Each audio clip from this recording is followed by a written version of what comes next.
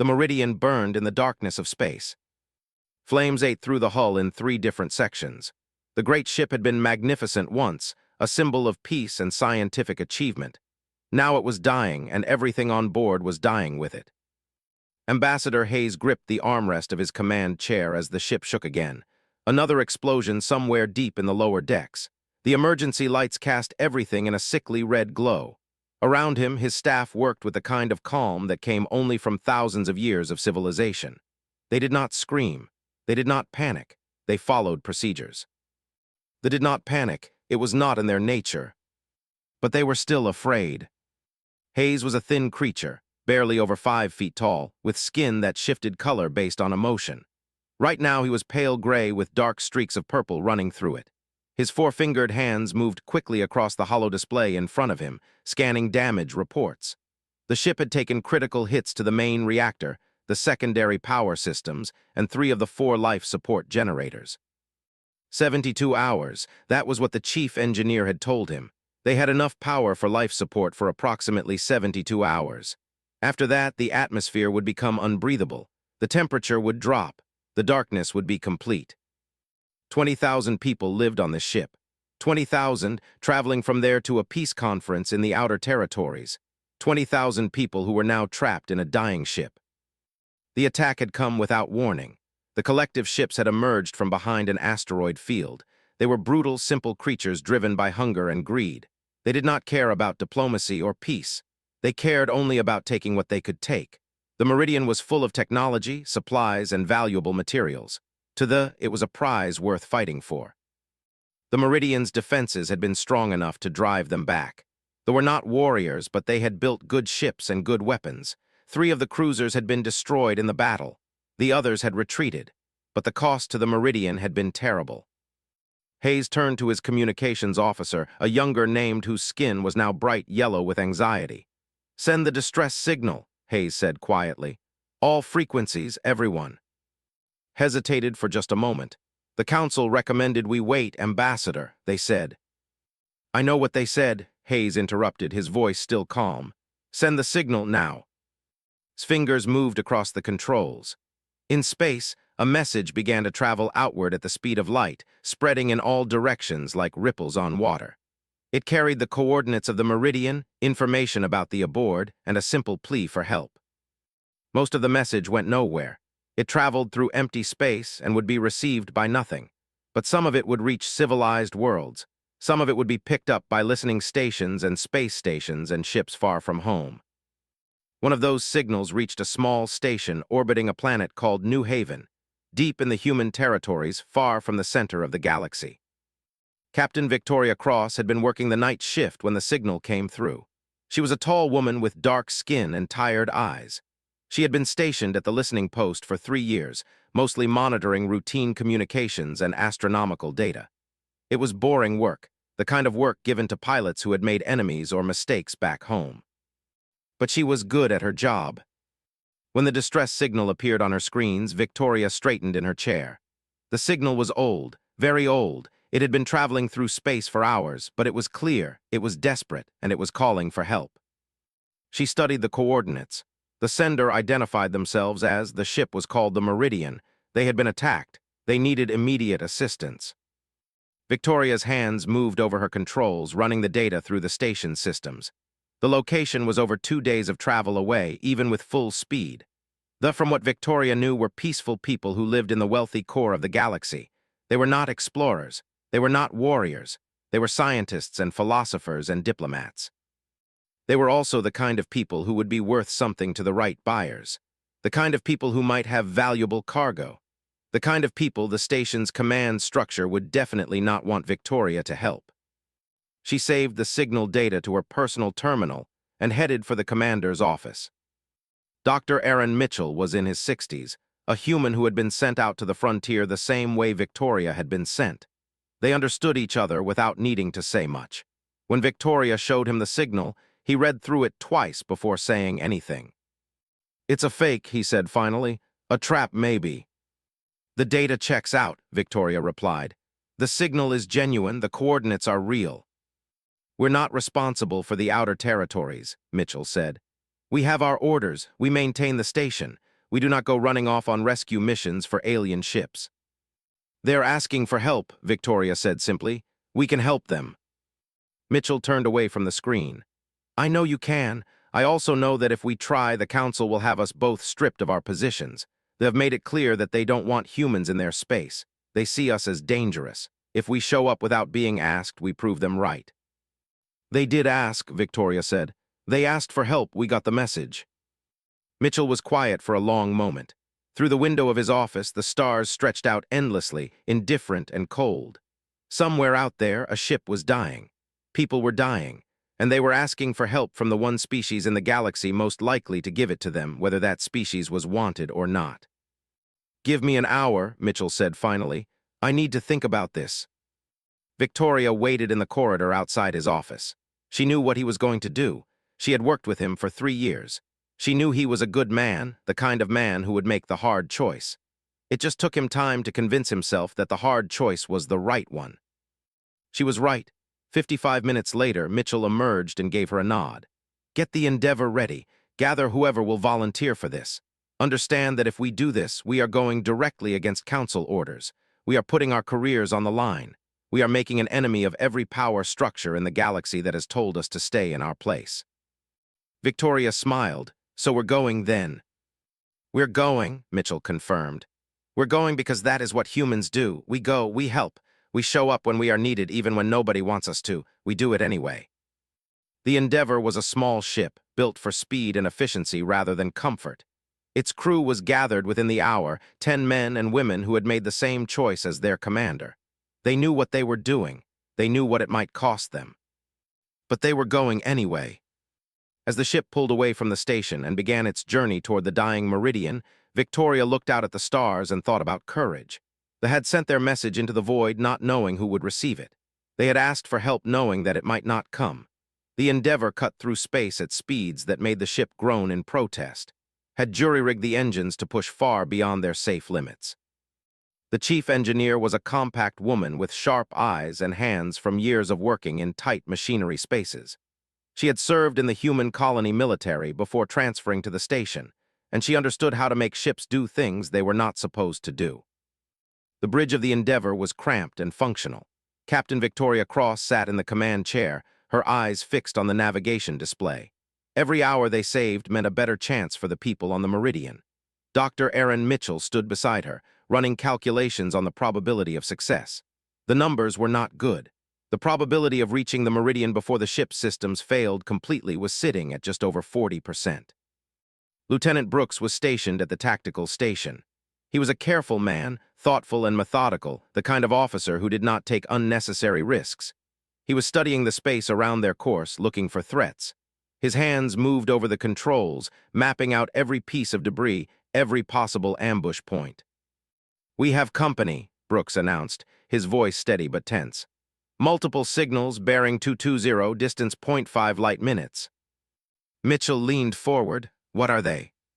Signatures, Brooks said. 3 confirmed contacts moving on an intercept course. The bridge went quiet. Everyone understood what that meant.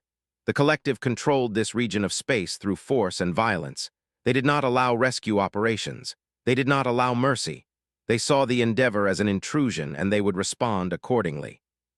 How long until they reach us? Mitchell asked. 8 minutes at their current velocity, Brooks replied. They are accelerating. Can we outrun them? His voice came through the comm system from engineering. She sounded calm, even though they were all terrified. We can try, sir.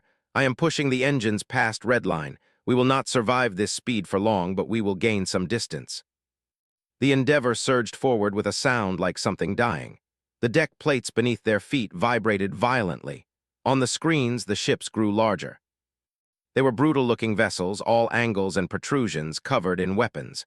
They did not believe in beauty or elegance. They believed in dominance. The ships were weapons platforms first and transportation second. They are powering weapons, Brooks said. Tactical solutions incoming. The Endeavor had weapons too, though they were not nearly as impressive as those on the ships. It was a listening station transport, not a military vessel. It had been modified slightly for this mission, but there was only so much that could be done. They were. Return fire, Mitchell commanded. full evasive maneuvers. The Endeavor twisted and rolled through space. Weapons fire bloomed in the darkness. Energy beams cut through the void. One of them grazed the Endeavor's shields, and the impact threw everyone on the bridge to their knees. "We need to jump," shouted over the alarms. "We need to jump to hyperspace now." "We are too close to the Meridian's location," Mitchell said. "If we jump now, we lose our trajectory. We have to push through." "Sir, they will destroy us," protested. "Not if we do not let them," Mitchell replied. Was doing impossible things in engineering. She had rerouted power from non-essential systems into the engines and shields. The ship was running on barely controlled chaos. One more hit in the wrong place, and the whole thing would come apart. The Endeavor's weapons fired back. The ships were faster and more powerful, but the Endeavor was being piloted by humans who did not accept defeat. They moved through space with an unpredictability that seemed to confuse the tactical systems. One of the ships took a direct hit from the Endeavor's missile barrage. It was not a killing blow, but it was a wound. They did not like being wounded by prey. Their weapons became more aggressive, more desperate. Another missile streaked through space and impacted the Endeavor's port shield. This time the impact was worse.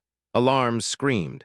Sparks flew from overhead panels. Mitchell grabbed the edge of the console to keep from falling.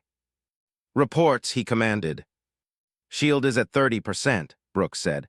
"We took damage in cargo bay too. Life support is holding in most sections." "And the Meridian?" "Still 15 hours away at full speed," Victoria said. "We will not survive another hit like that." Mitchell looked at the tactical display. The ships were closing in. In 5 minutes, they would be in range for point-blank weapons fire. In 5 minutes, the Endeavor would become scrap metal and dust. Then something changed. A new signal appeared on the tactical display, and then another, and another. "Multiple ships emerging from jump space," said, his voice filled with confusion and hope. "Massive signatures, they are human colony fighters. General is sending the reserve fleet." The ships suddenly found themselves facing not one small transport, but an entire military force. The colony fighters were smaller than the vessels, but there were dozens of them, and they had been waiting for this moment. The tactical situation reversed in seconds. The ships attempted to flee, but the colony fighters were faster, hungrier, and they had nothing to lose. One by one, the vessels were damaged. Some were destroyed. The others jumped to hyperspace and vanished, leaving only wreckage and electromagnetic ghosts in their wake. The silence that followed was profound. Mitchell let out a breath he had not realized he was holding. "Open a channel to General." Sandra's face appeared on the main screen. She was a woman in her 70s, with a military bearing that no amount of civilian life could soften. She had been a soldier her entire life, and she believed in protecting her people. "Well, Mitchell," she said, a slight smile on her face. "That was exciting." "Thank you, General," Mitchell replied. "Your timing was perfect." "I received your message hours ago," said. "I realized what you were trying to do, thought I might send a little backup. The Endeavor is not equipped for contact. But now you have friends, now you have a fleet, now you have a real chance of pulling this off." Aboard the dying Meridian, Ambassador Hayes watched his sensors picking up the new signals. For a moment, he did not understand what he was seeing. Then he realized the truth. The humans had come, and they had brought war with them. In the lower decks of the Meridian, in a collapsed section near the children's quarters, a young girl named heard the explosions from outside.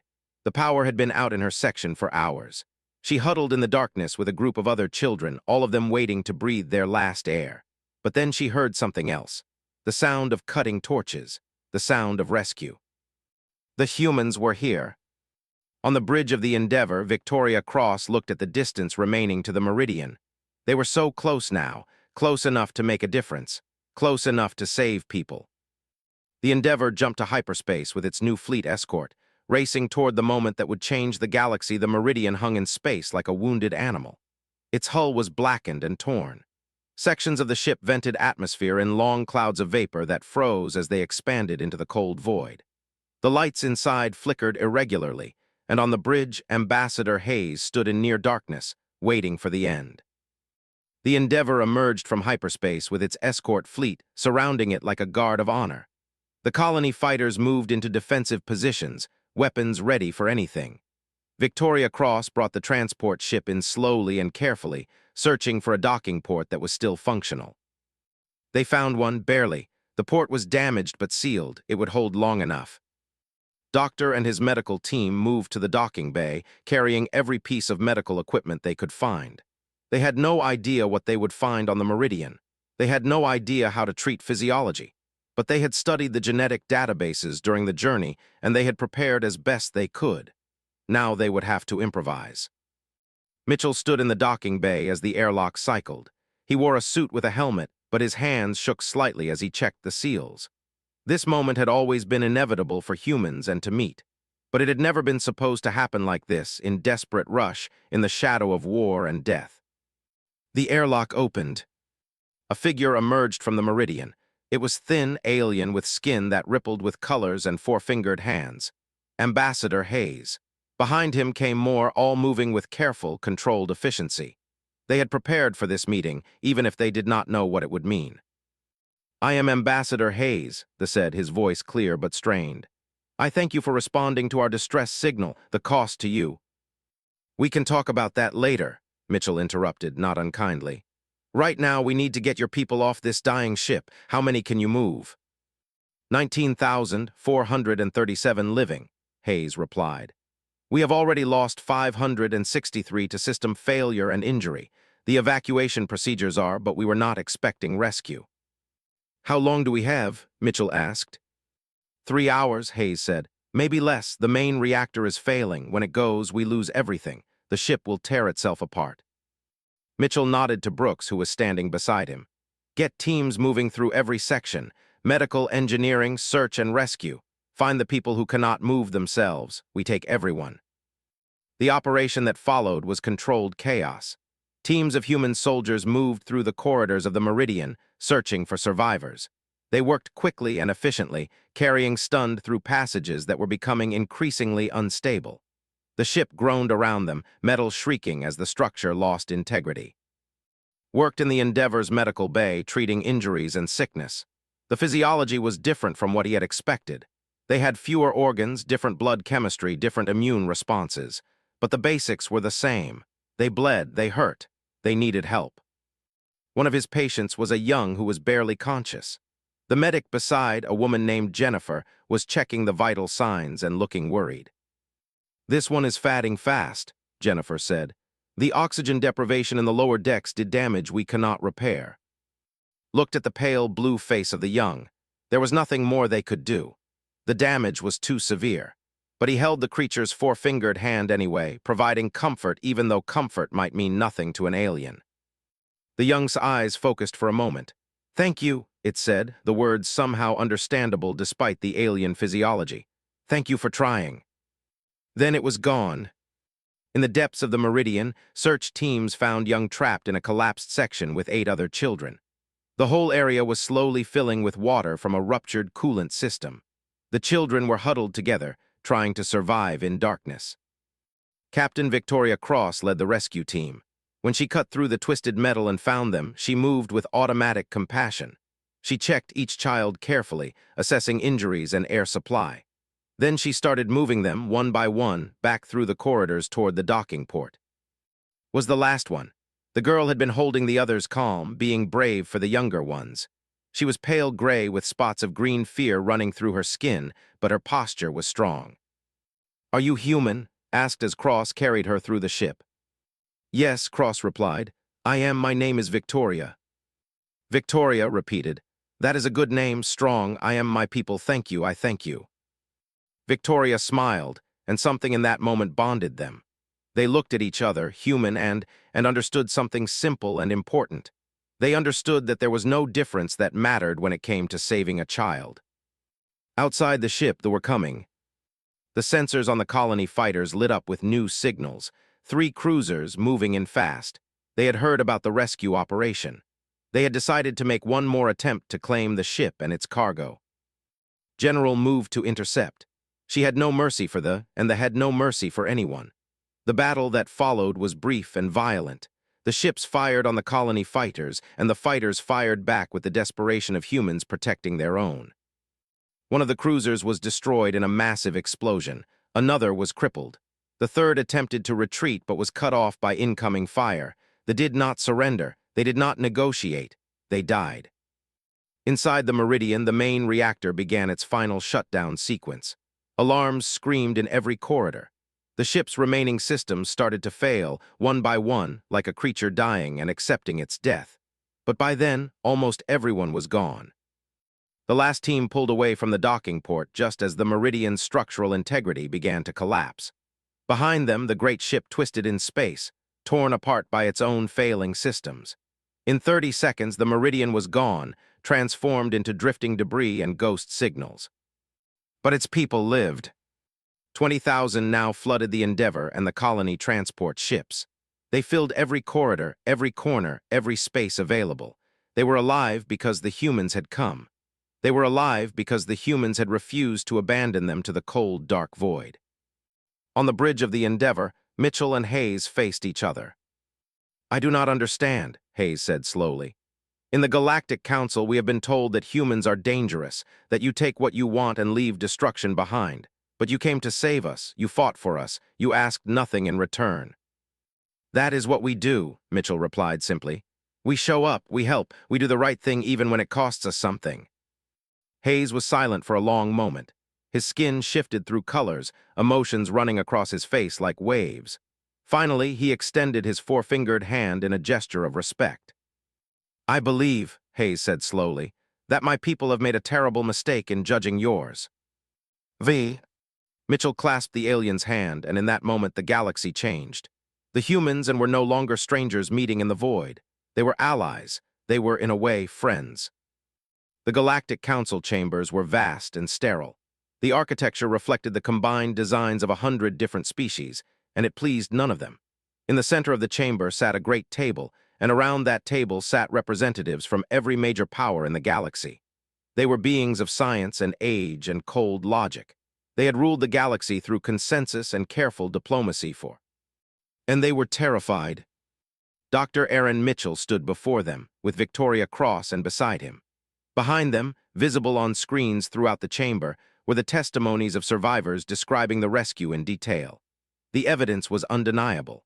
The humans had not only violated the Council's explicit orders to stay out of space, but they had done so with military force and without requesting permission or authority. It was an outrage. It was a violation of everything the Galactic Council stood for. And everyone in the chamber knew it was also the most noble thing any species had done in 3,000 years. "The humans claim to have acted out of necessity," said the representative from the collective. His species was reptilian and vicious, and his voice dripped with contempt. "But they violated the Council Accords. They engaged in military action against vessels. They killed soldiers. This cannot be tolerated." "They were attacking a civilian vessel," Mitchell said, his voice calm. "They were attempting to claim salvage rights to a ship full of innocent people. We defended the Meridian and its people from predators." "You defended it without authority," snarled another representative, a tall crystalline being from the northern core worlds. "You acted as judge and executioner. You made decisions that belong to this council alone." "We made the decision any moral species would make," Mitchell replied. "We saw people dying. We had the ability to help. We helped. If that violates your laws and accords, then your laws and accords are not worth following." The chamber erupted in argument. Species shouted at species. Representatives pounded their fists on the table. The Galactic Council was fracturing in real time. But there were those who disagreed with the majority position. A representative from the collective stood. Ambassador Hayes, recovered from his injuries and now fully healthy, rose with her. His skin was a pale gold, the color of gratitude. "My people have decided," Hayes announced, his voice carrying across the chamber. "We will not condemn the humans for their actions. We will not demand punishment. We will recognize that what they did was brave. It was moral. It was right." "And what of the Galactic Council's authority?" demanded the crystalline representative. "The Galactic Council's authority means nothing if it allows its own members to die while claiming powerlessness," Hayes replied firmly. "The humans proved that change is possible. The humans proved that we need not accept the death of innocence as the cost of political equilibrium. My people will break from the Council's position on this matter." Other voices began to rise. A representative from a peaceful trading species stood in support of the humans. Then another. Then another. The crystalline being from the northern core world stood firmly against them, but even some of its allies were beginning to shift. The tide was turning, but they had other plans. Reports came flooding into the council chambers. Military forces were mobilizing. They declared the human actions an act of war. They were moving their fleets toward human colonies. They were making good on their threat of retaliation. Mitchell received the news on a secure channel. His face remained calm, but Victoria could see the tension in his jaw. "Get me General," he said quietly. When his face appeared on the screen in a secure briefing room, Mitchell explained the situation. The general listened without interrupting. When he was done, she nodded slowly. "We can handle them," said. "Our fighters are faster and more maneuverable than ships. Our people are smarter. We will need help, though. We need them to fight alongside us. Can you arrange that?" Mitchell looked at Ambassador Hayes, who had joined him in the briefing room. "Can your military forces fight with us?" Hayes did not hesitate. "Yes, we have ships and soldiers. We have never fought a true war, but we will learn. We will stand beside your people." The battle came 3 days later at the human colony world of New Haven. The fleet emerged from hyperspace with weapons blazing, expecting easy targets. Instead, they found a coalition of human fighters and cruisers waiting for them. They fought with precision and intelligence. The humans fought with creativity and aggression. Together, they were unstoppable. The first cruiser was destroyed in the opening moments. The second was crippled. The third attempted to retreat, but the coalition fighters cut off its escape route. One by one, the forces were defeated. Some were destroyed. Some surrendered. Some fled back through hyperspace, spreading the word that the humans were not prey. Back in the Galactic Council chambers, the vote that followed was almost unanimous. The humans were officially recognized as a civilized spacefaring species. They were granted full council membership. They were acknowledged as equals by every power in the galaxy. Even they had to accept this reality. They had tried to destroy the humans and failed. Now they had to acknowledge their status. Mitchell stood before the council one more time, this time not as a defendant but as a representative. He was offered a seat at the table itself, a permanent position on the Galactic Council. It was an offer that would have been impossible to imagine just weeks earlier. "I accept," he said simply, "with the understanding that humanity will use this position to argue for compassion and mercy. We will use our voice to push back against the cold calculation that has governed this galaxy for too long." In a smaller chamber, Victoria Cross received a very different honor.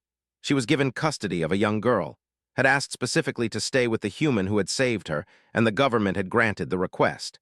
The adoption was made official, would grow up human and both, a living bridge between two species that had only just begun to understand each other. As they left the ceremony, held Victoria's hand with all 4 of her fingers curled around the human woman's own. "Will you tell me stories?" asked. "Stories about what humans do when they see people in trouble." Victoria smiled. "Yes," she said, "I will tell you all of them, and someday you will tell them to others." Received recognition for her work combining human engineering with technology. The hybrid systems she designed were superior to anything either species had created alone. Together, they were better than apart. In the weeks that followed, committees formed. Treaties were drafted. The first formal human delegation was created. And for the first time in galactic history, 2 species moved forward together not because they had always been allied, but because they had chosen to be. The rest of the galaxy watched and began to wonder if maybe, just maybe, the humans had something the rest of T1 year had passed since the rescue of the Meridian. The new joint station Harmony orbited the planet New Haven, a symbol of the alliance between humans and... It was built in the style of both species, with clean human lines combined with the elegant curves of design. It served as a meeting place, a research center, and a declaration to the galaxy that the future would be different. The Endeavour docked at the station, and Captain Victoria Cross looked out at the site before her. The repaired Meridian hung beside it, no longer a dying ship, but fully restored and refitted with human and technology working in harmony. It was beautiful to look at. Victoria was not alone. Beside her stood, now almost a year older and already fluent in human language and customs. The girl had grown since the rescue, and her skin had developed its own unique coloring that combined the pale gold of her people with patterns that seemed almost human in their regularity. The joint fleet is massive, said, pointing at the warships moving through space around the station. Some were human design, some were hybrid ships built by teams working together. Will we always need such weapons?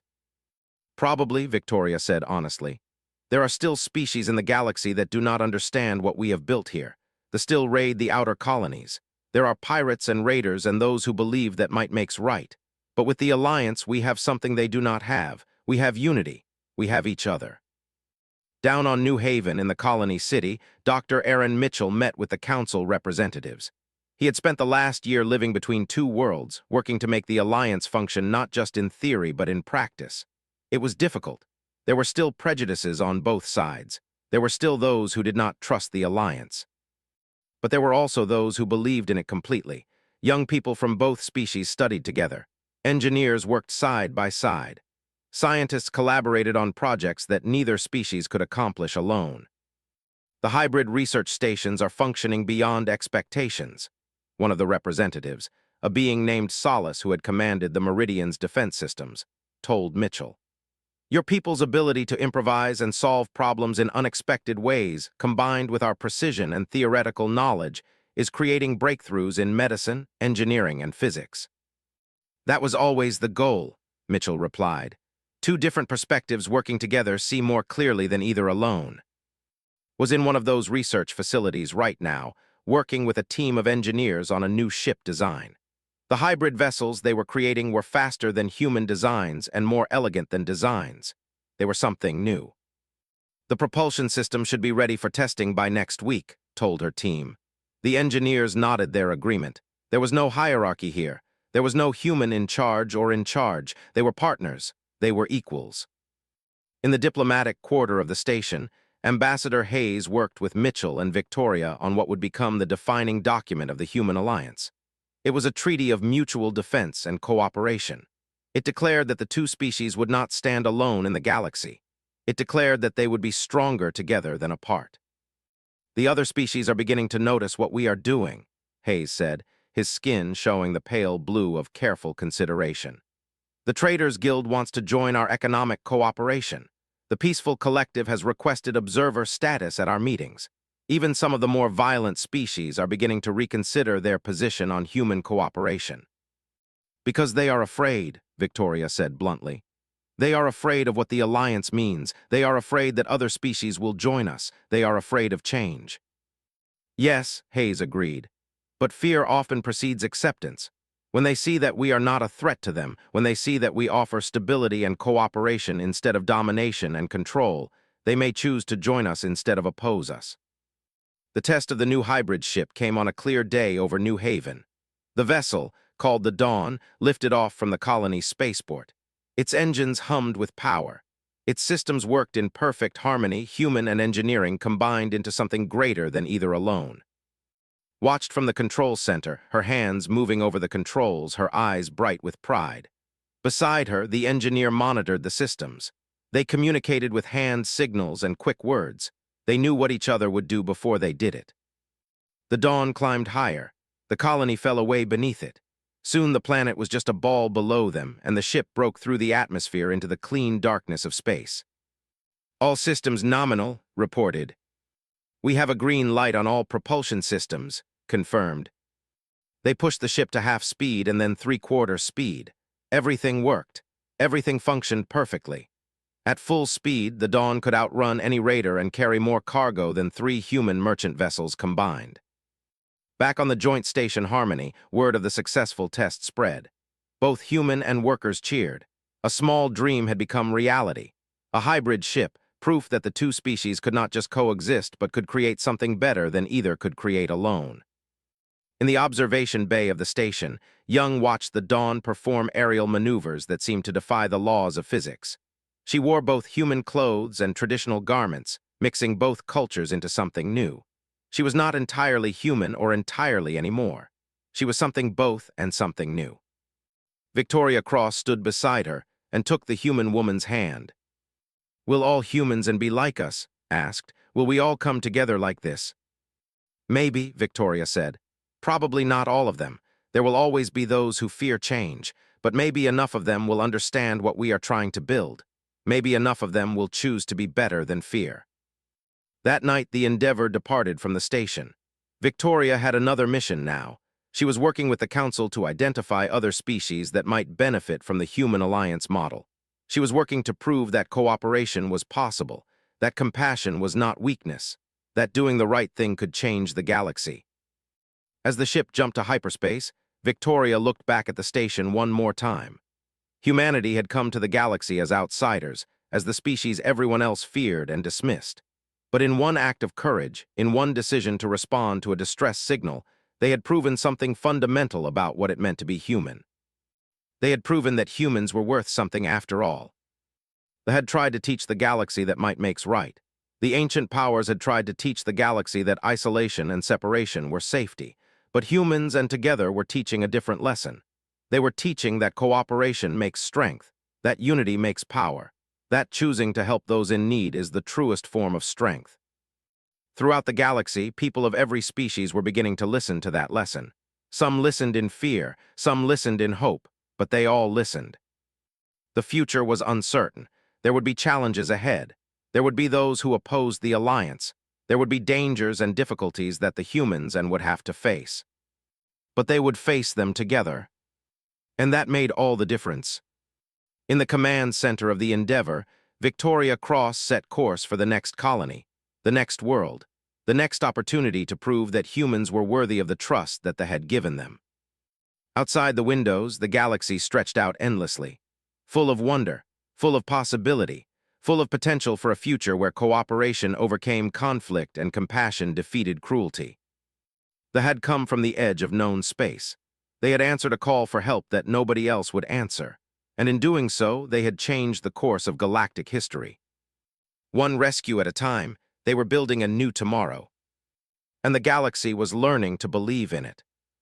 Hem had lost something about honor, something about doing the right thing even when it was hard, something about choosing to be better than survival alone demanded.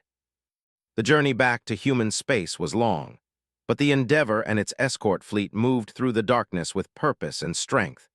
They carried thousands toward a meeting with the Galactic Council that would shake the foundations of everything the galaxy believed about its place in the universe.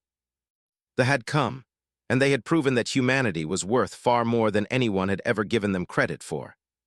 But it was coming, they were coming, and the galaxy was about to learn what that meant.